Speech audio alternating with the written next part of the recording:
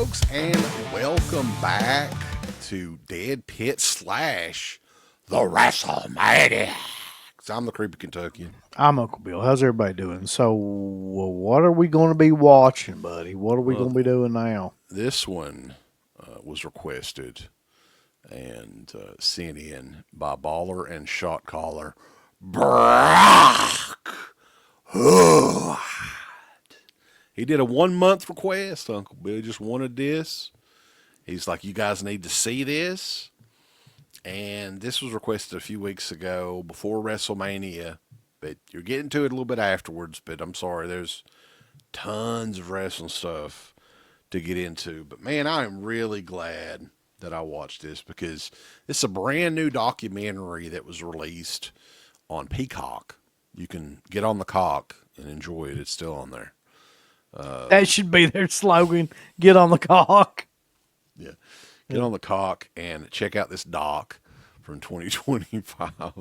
WrestleMania IX Becoming a Spectacle, which is a documentary about ultimately one of the very worst WrestleManias as far as like matches and just the wrestling business in general in 1993 was not very hot at all. Like I think both promotions were in the shitter really in 93. But the interesting thing about this is, to me, when you watch this back, you really kind of get an appreciation for this, is that it was a horrible show in terms of the matches and the wrestling to me. Mm-hmm.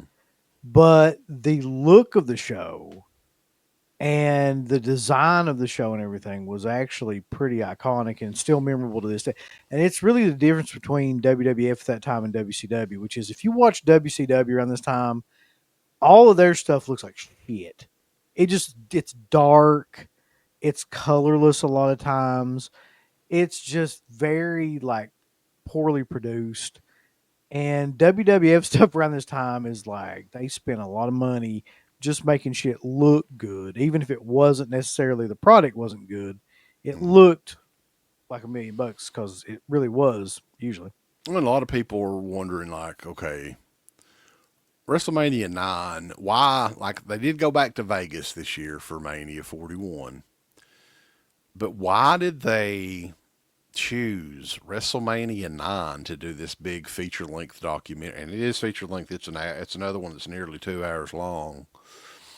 But the star of this, really, and they did go back and, shoot new interviews with a lot of people that's still alive from that show. But the real star of this is this behind-the-scenes footage that they filmed around the making of, I think it was originally called The Making of WrestleMania 9. And I don't know what the original plans were for that footage.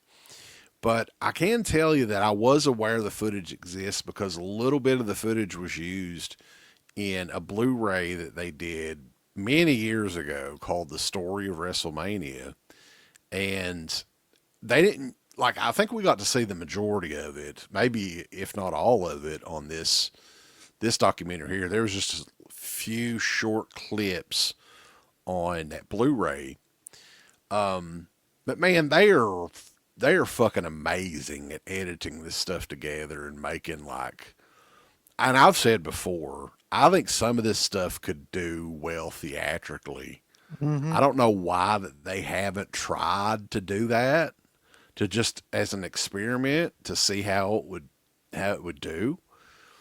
And this is one of those that they could do that with for sure. The documentary, and this is funny too because I instantly recognized this guy.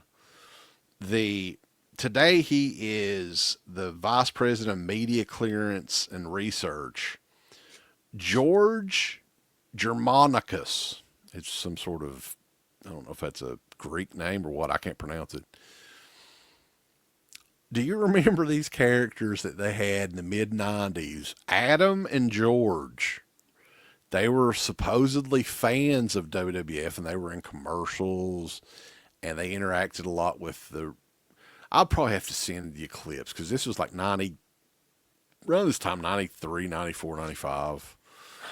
Yeah, I don't think I was watching wrestling around that time, to be honest. Not in 94 especially. a lot of people were thinking probably they're actors, but no, both of those guys are still employed at WWE. We see George here, and I instantly recognized him. I'm like, holy shit! And his name is George, and Hmm. Adam is really Adam Panucci. He's the senior vice president of domestic and international television production. So they were both actual employees. I don't know what they were doing back then. But yeah, George is kind of almost like a host of this. He's the one that's going through the tapes that have been unearthed for the first time in 30 years or whatever they're saying. It's insane to me, man, because I had no idea that this shit existed. And like he's talking about all this. And when you see the footage, it's such a weird thing because you're breaking kayfabe completely with this footage. And like you just did not see stuff like that happen at that time period. And so you see like the Undertaker around that time backstage, which is crazy. And he looked freaked out when he saw He somebody with a camera. absolutely looks like he's miserable with the whole thing. You see like Yokozuna, like you see Bret Hart and Shawn Michaels and all of them, like Vince and everybody. And there's long segments in this where they're like planning out things that happened during the show, including Vince and the production team and stuff like that. And you never got to see that stuff, to my knowledge, like to that degree where he's No, talking about like, you know, how like he's going to do the ropes and how they're going to do like the production design for the mirrors that Lex Luger uses and like all this shit that like I'd never seen before. it's Really. it's very odd that they were filming it with the TV cameras or whatever they're using.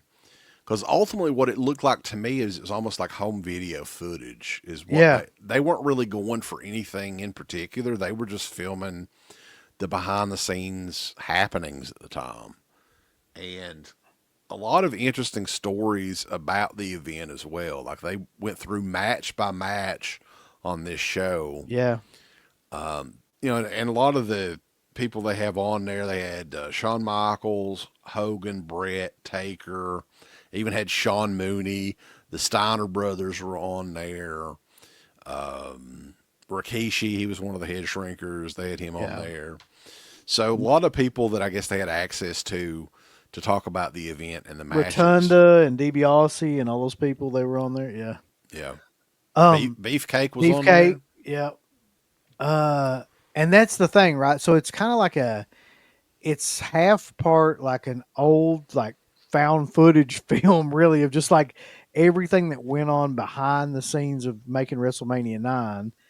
And then you've got people talking about like how they set it up, like what the idea, why the idea was Caesar's Palace, why the idea was outdoors, like why the ideas that came about the way that they did. You've got that explained.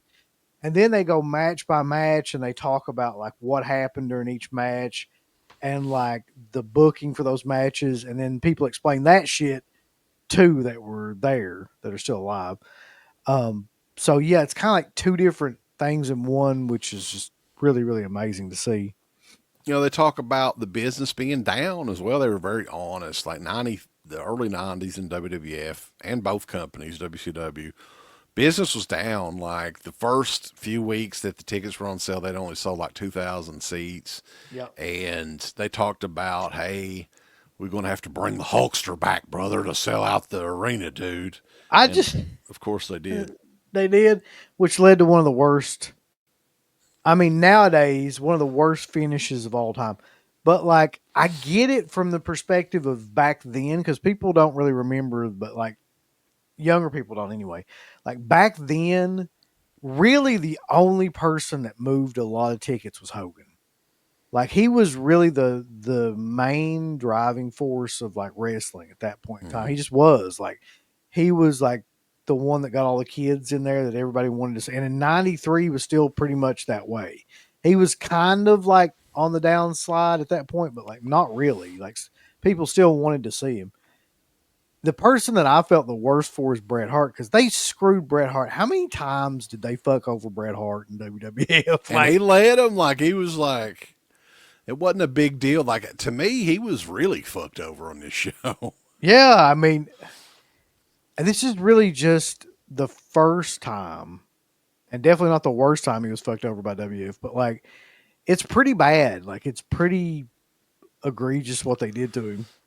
And I was just going back personally, thinking of what I was doing at the time and my wrestling fandom at the time, because I was hardcore. Like I was, this was when I was starting to get old enough to where I knew what time these shows came on. I prepared on like Saturday nights, like a 3 hour span of like American Gladiators, USWA Wrestling, and Wrestling Challenge. I think it was on WCHS out of Charleston. That was the channel. Starting at like 9 o'clock or whatever, and then past midnight, right? And I remember distinctly the house show. Well, it wasn't a house show; it was a TV taping that we went to in '93. I think it was at Huntington Civic Center, right? And what they did then was like you couldn't imagine somebody doing this now, right?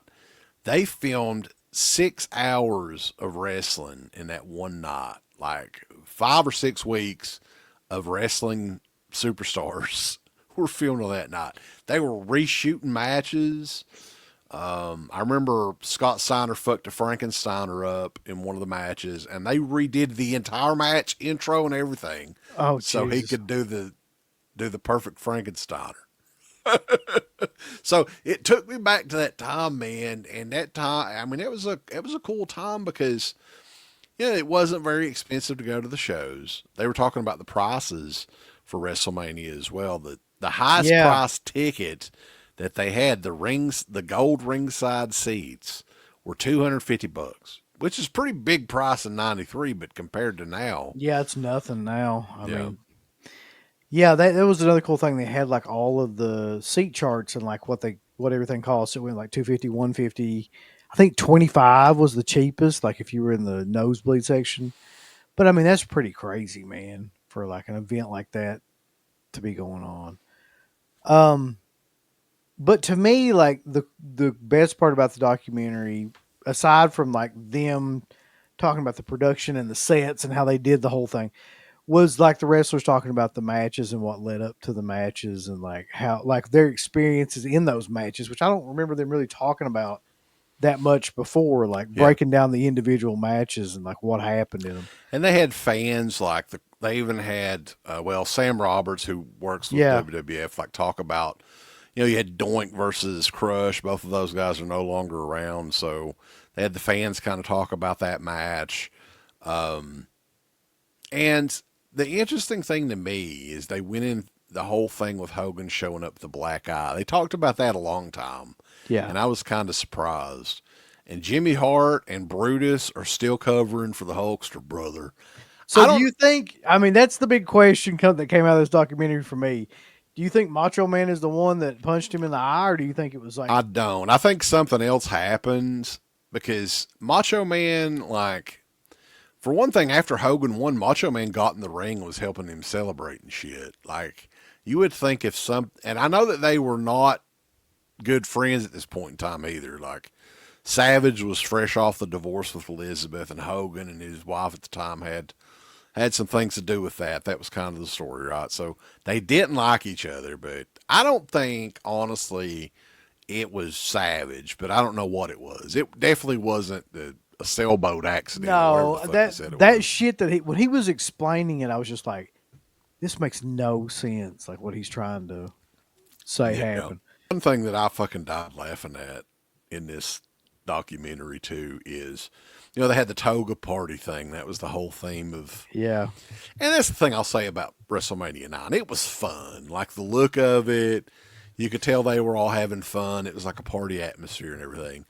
And there was like a wide shot of Howard Finkel in his toga, and somebody yelled, "Hey Howard, pizza, pizza!" And I was like, "Holy shit, yeah. that was great." Oh, I'm I'm happy that they chose Jr. was to fucking put in that the in there. toga. Yeah. Yeah, and he was talking about. I didn't know this either, but this was his first ever like WWF match Yep. that he called, and it like he was in a toga at this outdoor show for WrestleMania being your first. It's like that's crazy, man. Hmm. Like that's how he started in that anyway. But Yeah, I mean the big thing to me was the whole Hogan thing, and the ending of this fucking pay per view will always go down as one of the biggest pieces of shit, self What the serving fuck like moment? Yeah. endings. Yeah. So it became apparently it became really obvious to them at some point that Hogan was the only like savior that could do anything with his company because of the ticket sales, I guess. And so they were like, you know what? Like, not only we're going to have him come back to because he wasn't even supposed to be at this WrestleMania. Then they had him come back. He was going to be in a tag team match. Then they have him come out at the end after the match with Yokozuna and Bret Hart. Yokozuna wins that match, and then Hogan comes out there, and within like less than a minute, he beats Yokozuna and wins the fucking championship. It's like, what does that say about Bret Hart and like what they thought about him and Hogan at that time? Like Here's that, here's the thing. Like you can look at that and say that now, but at the time, everybody loved that, yeah, and I I know think that that's what that's I'm what saying. Like, Pritchard. That's what Bruce Pritchard was saying, and it's true. Like I thought that was the best thing ever. Like I was so excited when I was a little kid and I heard that Hogan challenge Yokozuna and beat him or whatever. But yeah, looking back at it now with a little bit of insight on what happened behind the scenes, and Brett, it was another year I think before Brett would, uh, get the title back. Right, WrestleMania 10, wasn't it? yeah, yeah, that's when he wins. This was a weird time though for WWF. I mean, Monday Night Raw was, and this is funny because we did a WrestleMania X on the March to WrestleMania 9 last month. And this was the first year that WrestleMania had Raw the very next night. And to give you an idea on how different it was, they didn't have a Raw the next night. That was pre-recorded the week before, right? And Yeah, they just talked about the results and stuff in post production of the show. That's what they did. And it would stay that way. Ultimately, what changed the business is when Nitro started, and they started going head to head, and Nitro started going live, and was live every week. And I yeah, think WWF eventually was like they had to change it, otherwise they would. Who knows? They may still be recording shows weeks in advance like they were then. yeah. That's true. Like I think that people kind of downplay like that what Nitro did for this whole era of everything now, but like it really did push it into a new direction. This, I'll be honest with you, this is probably one of the best documentaries I've seen WWE put together. There's just something about seeing that behind the scenes footage from that era, and then like, and they would also like show the wrestlers what had Hmm. like iPads, and they would show them like themselves from back then and the shit they Yeah, were doing. Luger was in this, and he was Yeah, very good in this too. I don't know if we didn't mention him. yeah, And yeah, that they would get you would get almost live reaction for these guys seeing this for probably the first time. This stuff that was filmed in '93, and yeah, I'm with you, man. Like, and I'm surprised that they haven't tried to do like a theatrical run on one of these documentaries or some kind of special or something. But the world has changed. I guess it's just as big debuting it on Peacock these days, but it's a very well done documentary. WWE always does a fantastic job in all this shit. And it kind of brings you back to like some of the, you remember when they were on the roll there doing those DVD documentaries, yeah, and we were going and physically buying this yeah. shit for All of 20 them. and 25, $30 a pop. And it kind of reminded me of that too. But WrestleMania 9, not one of the best WrestleManias, maybe one of the very worst, especially that time frame. But it was innovative in a few, the very first time they had like a set that was like a dedicated set, which they do every year now, right? I mean, that's why I guess they kind of called it becoming a spectacle. And they wouldn't go back to that again for many years. I don't know if they mentioned that, but I guess they kind of saw that at the time that was too much money for the company to Well, yeah, put together, and they just went back to just the generic sets for a few years after that. I think they said in that documentary too that Vince spent $100,000 just like dressing the set, like just for the shit that went on the set itself. Not to Yeah. mention like everything else. But yeah, I mean, such a unique time period though. Even though wrestling sucked, you can go back now and appreciate it more so, knowing what you know, and you can also see a lot more of the bullshit knowing what you know now too, like about what really happened in a lot of this, Yeah. And Jesus Christ, man. Like poor old Macho Man. There's the Bret Hart and Macho Man just fucking got the shit end of the deal because of Hogan. Really, Everybody's blaming Hogan for everything now. Poor Hulkster. I think it's just more shit Real about him. American freestyle wrestling, brother. Come on, dude. More shit about him is coming out that makes a lot of this make sense. It's gonna be like But P. Diddy and Bill Cosby. yeah, but at that time, I don't blame him because, like I was saying, really Hogan was wrestling. Like, no, the kids, that's what every kid wanted to see was him wrestle. So, But yeah, this stuff's straight up our alley, man. I love watching shit like this. It's like everybody was complaining about the Mr. McMahon documentary on Netflix. I mean, I knew all that that did shit. suck. Yeah. I knew all that shit, but it was still easy watch. And like I'm fine watching shit like that all day. But this is very, very, very well done. So if you're a fan, this to me is like 1,000 times better than that Netflix documentary. if you're a fan of this time period too, it'll really take you back there just for a day, and you get to see a side of that show that you never saw before. You know, the behind the scenes tapes and everything.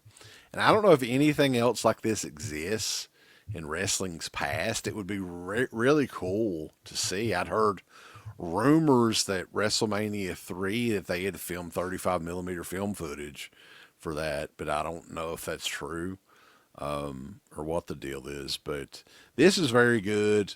It is on the cock, so Peacock, NBC. Very well done and high recommendation for me. And big shout out to Brock for requesting this movie because I don't know I would eventually checked it out, but I probably wouldn't have. I just didn't even know. I mean, I'd kind of heard it in passing, but like, I'm just really glad that I got to see it because it's one of the better ones, not the best. yeah. So yeah, we appreciate everybody checking out the review and everything, and we'll keep you updated on future wrestling shows and creamy horror goodness over at .com. Oh, God. Dang. I want all these people to click everything they're supposed to click. You haven't been liking them, you haven't been subscribing to them, you haven't clicked the bell or notification or anything like that. Folks, why don't you click the like button? Do you hate us? Do you not want to see us succeed? Why don't you click the heart button?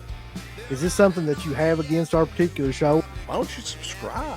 You should click on one of them buttons right now if you want us to continue to bring greatness into your life. There's all kinds of wonderful shirts over at shop.deadpit.com. Simply the best horror shirts. On TeePublic, there are others, but they all suck. You can get some Dead Pit Radio shirts. You can get Last Out on the Left. The Hills Have Eyes. Texas Chainsaw. Oh, wait, you can't say Texas Chainsaw. All kinds of shirts, folks. You're gonna love them. Shop.deadpit.com. Special thanks goes out to our supporters on Patreon. You know what kind of stuff you can get on Patreon, Uncle Bill, starting at only $1 a month? What's that? Access to every Dead Pit show since 2005. We got almost 200 fan commentaries that we've done over the decades. Here's what other fucking Patreons do. They're like, hey, give us money and then we'll let you see a video early that we're going to release like a fucking week from now, and then that's all we're going to give you. Meanwhile, we have a literal jukebox full of songs, thousands of reviews. I don't even know how many shows are up on there now that we've done over the years. Hundreds of thousands. You need to figure this out now and subscribe to us on Patreon and YouTube and Instagram. And help us to 1 million. The road to 1 million subscribers starts today. So DeadPit on Patreon.com. Join today. Tiers start at only $1, but I'd recommend at least the $10 tier. You can do 50. The stock market's crashing around us, folks, but send us money.